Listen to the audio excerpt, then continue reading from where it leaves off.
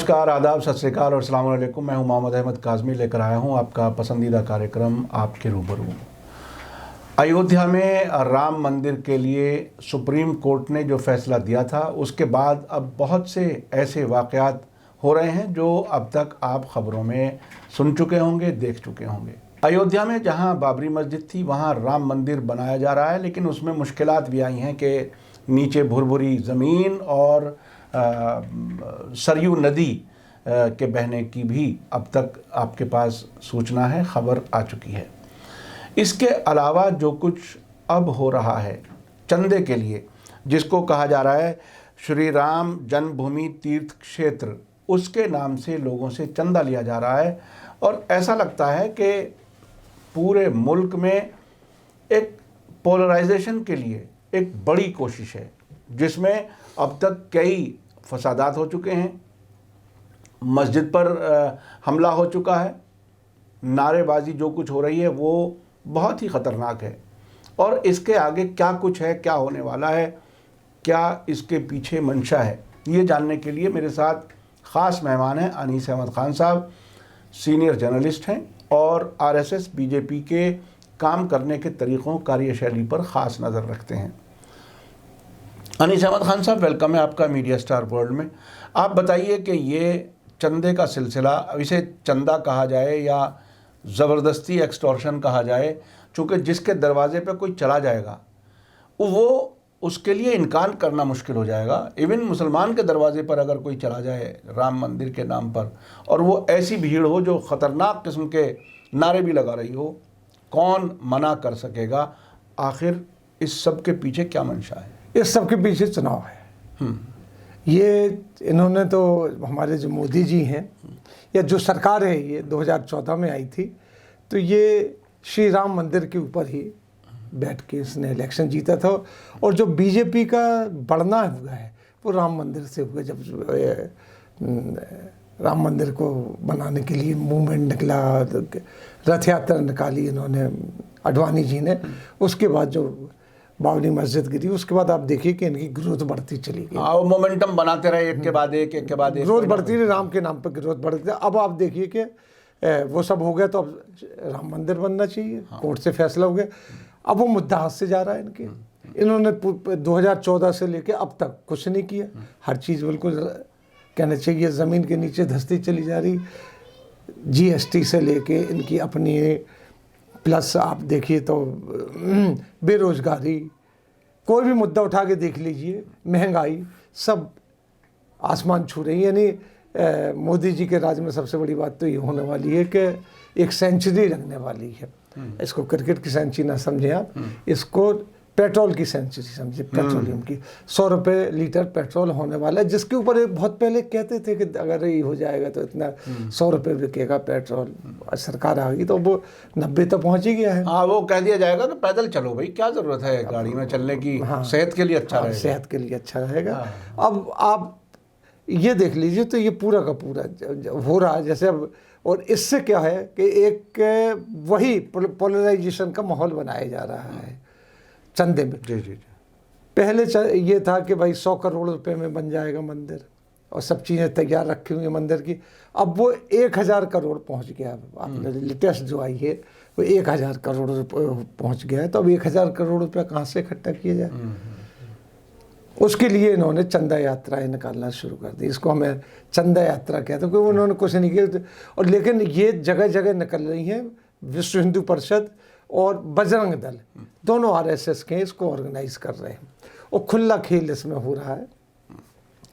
अभी कह रहे हैं कि हम मुसलमानों के पास भी जाएंगे, जैसे दिल्ली। अच्छा, दिल्ली में आप देखिए कि दिल्ली जैसी जगह में, पूर्वी दिल्ली में जो अभी खतरनाक किस्म का दंगा होकर चुका है, वहाँ ये लोग लेके निकले और उसमें हज़ारों लोग होते हैं, हज़ारों, यानी ये मोटरसाइकिलें होती हैं। एक तरह से देखिए, एक तरह से मुसलमानों ने एक तरह से दिल पर पत्थर रख करके सुप्रीम कोर्ट के उस फैसले को माना जिसमें उन्होंने स्पेशल अपने अधिकार का इस्तेमाल किया है। जाहिर है उसमें मुल्क की अदालत का एहतराम भी था और एक तरह से अपनी जान बचने का भी एक ये था कि चलो यार बात ख़त्म हुई, निपटे, मंदिर बने, कुछ भी बने, रोज़ रोज़ का झंझट ख़त्म हो जाना चाहिए। अब जो लोग इसको इशू को ख़त्म मान रहे थे कि अब इस पे कम से कम झगड़ा फसाद नहीं होगा, अब ये झगड़ा फसाद करने का ये नया रास्ता क्यों निकाला है? आखिर इससे आगे क्या? इससे आगे ये है कि भाई देखिए, हमने अभी अभी अभी आपको कहा ना कि कोई मुद्दा तो है नहीं है, पोलराइजेशन ही समझते हैं पोलराइजेशन। और एक चीज़ आप देखिए, रिकॉर्ड उठा के देख लीजिए, जब कभी कोई दंगा हुआ है वहाँ से बीजेपी ने गेन किया है, हरदम गेन किया है बीजेपी ने। क्योंकि देखिए, अच्छा आजकल कोई अपोजिशन तो है नहीं, पॉलिटिकल अपोजिशन कहाँ है आप ये बता दीजिए, है। और ये पूरे का पूरा टारगेट दूसरी कम्युनिटी को नहीं किया जा रहा है, ये पूरे का पूरा टारगेट जो किया जा रहा है मुसलमानों को किया जा रहा है। आप देखिए कि 3 तलाक ये छोड़ दीजिए, तो ये जो आया है लव जिहाद के नाम से एक एंटी कन्वर्जन लॉ बनाया गया है, इसमें ज़्यादातर मुसलमानों को गिरफ्तार किया जा रहा है। क्रिश्चियंस भी कर रहे हैं, लेकिन क्रिश्चियंस तो बहुत कम हैं, 2-3 केस आए हैं। लेकिन इस वक्त तो मुसलमान तो हर महीने में 2-3 गिरफ्तार कर रहे हैं लोग। तो ये इस तरीके से डर के पैदा करके, तो डर पैदा करके मुसलमान हिंदूज के अंदर एक ऐसी भावना कहना चाहिए जो हिंदी में कहते हैं, वो पैदा कर रहे हैं कि भाई तुम जीत सकते हो, क्योंकि अभी तक ऐसी बात नहीं होती। जिस तरीके के नारे लगते हैं कि वंदे मातरम कहना हो, इस देश में अगर रहना है तो वंदे मातरम कहना है, और कई ऐसे भड़काऊ नारे लग रहे हैं कि जो मैं दोहरा नहीं सकता इस वक्त। ऐसे कल जुलूस निकला यहाँ पे दिल्ली के अंदर, दूसरा निकला पूर्वी दिल्ली में, अब ये निकला और वो उस एरिया में निकला जहाँ Manish Sisodia deputy chief minister थे। ये जुलूस निकला विश्व हिंदू परिषद और बजरंग दल, बिल्कुल क्लियर था। मोटरसाइकिलों पे कोई डिस्टेंसिंग नहीं, 3-3 आदमी बैठे हुए, हर चीज़ लहरा रहे हैं, तलवारें फलवारें और नारे लग रहे हैं इस तरीके से। और उन लोगों को ऑनर किया जा रहा है, उसमें उनकी अलग से ट्रक चल रहा है जिसमें बैठे के साथ। ये बाबरी मस्जिद गिराने में जो हमारे वॉलंटियर्स थे ये बैठे हुए हैं। अब बाबरी मस्जिद 99 की बात है, अब उनको ऑनर किया गया बाकायदा जब इख्तिताम के ऊपर, और 2-2 लाख रुपए जिन्होंने चंदा किया उनको भी इतना चंदा भी आ रहा है। अब दिया नहीं दिया ये तो पता नहीं, लेकिन हाँ स्टेज पे बुला के साहब के इन्होंने 2 लाख इतने हज़ार 2 लाख इतने हज़ार दिए चंदा, उन्हें ऑनर किया जा रहा है। अच्छा, अभी पिछले दिनों इसी सिलसिले में कुछ ऐसे मुसलमानों की मीटिंग भी दिल्ली में की गई थी, या ये कि शोकेस किया गया था कि वो राम मंदिर के लिए वो चंदा दे रहे हैं, वो बीजेपी की ही किसी ऑर्गेनाइजेशन ने। भाई देखिए ऐसा है, तो उसका क्या मतलब है? ऐसा है कि यानी मुसलमानों में से उन लोगों को एक तरह से पिक एंड चूज करके कि ये सब हमारे नज़रिए पर ये काम करने वाले हैं और पैसा भी दे रहे हैं राम मंदिर बनाने के लिए। इससे क्या मतलब है, क्या कहना चाहते हैं? भाई आप ये देखिए कि अभी जो 3 तलाक का मसला हुआ, सारे मसले हुए, उसमें जो गवाहें थी जिन्होंने केस किए थे वो सब बीजेपी ज्वाइन कर रही हैं औरतें। वो सब मुसलमान नाम दिए गए थे। और ये कहा जा रहा था कि वो बाद में बीजेपी उन्होंने ज्वाइन। और ये जो लोग हैं जैसे कि इन्होंने बना रखी है बीजेपी वालों ने राष्ट्रीय मुस्लिम महिला मंच या क्या महिला मंच भी मुस्लिम संघ वगैरह सब बना रखा है इन्होंने। तो उसके लोग वक्त पकड़ के बिठा के फोटो खिंचवा लीजिए, आपको क्या पूछने गए आप वहाँ पे फोटो खिंचे।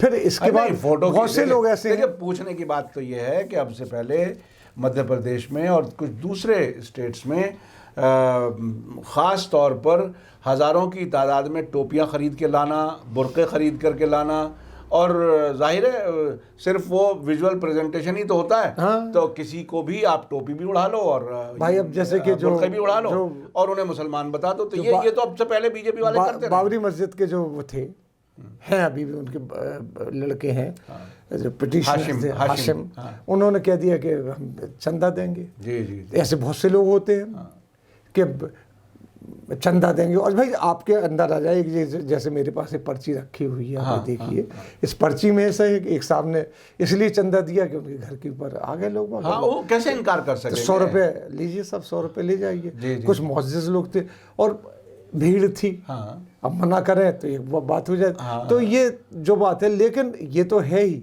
क्योंकि बीजेपी को 1000 करोड़ रुपया इकट्ठा करना कोई बड़ी बात नहीं है। नहीं, मैं तो ये समझ रहा हूँ, देखिए तो पैसा भी कितना इकट्ठा हो जाएगा? ये 100 रुपए की, 50 रुपए की पर्चियों से नहीं इकट्ठा। ये जो इतने लोगों को ऑर्गेनाइज किया जाता है, इकट्ठा किया जाता है बड़े शहरों में, इनको इकट्ठा करने पे इससे ज्यादा पैसा खर्च काजमी साहब, आप जानते हैं कि कॉरपोरेट चंदा दे सकते हैं। हाँ। और जब जो बरसर इक़्तिदार पार्टी होती है, सत्तारूढ़ जिसको कहते हैं, तो उसके लिए अब पैसे की कोई कमी नहीं होती है। जी बिल्कुल। आज जो कांग्रेस को चंदा मिल रहा है वो पूरा चंदा बीजेपी को मिल रहा है।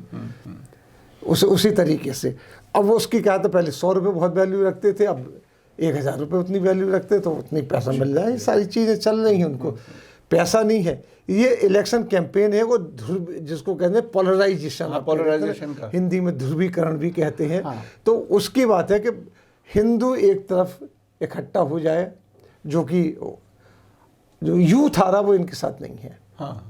तो उन्होंने इस काम पे लगा दिया कि जगह जगह जुलूस निकलना इस तरीके से, और दंगा होता है, जैसे हम पहले भी कह चुके, दंगा होता है तो बीजेपी को ज्ञान हो जाए। और कोशिश, जैसे आप देख लीजिए इंदौर, उज्जैन जैसे, मंदसौर जैसी जगह पे मध्य प्रदेश में 3 जगह दंगे हो गए इसी चंदे के सिलसिले में। क्योंकि वो मुस्लिम मोहल्ले में चंदा मांगने गए, और जो छोटे मोटे देहातों में हो रहा वो पता भी नहीं। अच्छा, बड़े अजीब ढीठपने की बात है। ढीठपना मैं इसलिए कह रहा हूँ कि उन्हें मालूम है कि इनके सेंटिमेंट्स पहले ही हर्ट हैं, ये फैसले की वजह से, मस्जिद उनके हाथ से निकलने की वजह से, और मंदिर के लिए पूरी ज़मीन दे देने की वजह से। उन्हीं से अब चंदा भी लेंगे, यानी आपके ज़ख्म कुरेदने का इंतज़ाम करेंगे। ये क्यों ऐसा करके? ऐसा ये इतना पूछिए क्यों? हमने कहा ना कि जैसे आप ये चंदा हो रहा है तो लोग कहें भाई पैसा नहीं चाहिए, पैसा चाहिए।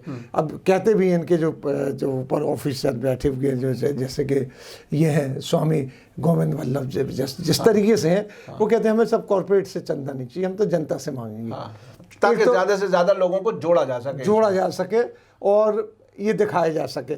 दूसरी बात ये है कि जाने क्यों करते हैं ये चीज़ें भाई, इनका जो वजह उसकी है। आप ये देखिए 30% से ज़्यादा वोट बैंक नहीं बढ़ा है इनका। 2019 में जितने भी चुनाव हुए उसमें अकेले नहीं जीते, हरियाणा में अकेले नहीं जीते, 10-15 अपने वहाँ से MLA इधर से करना अपनी बनाना पड़ी। वहीं आप देखिए कि महाराष्ट्र में इनकी सरकार चली गई, नहीं बना पाए।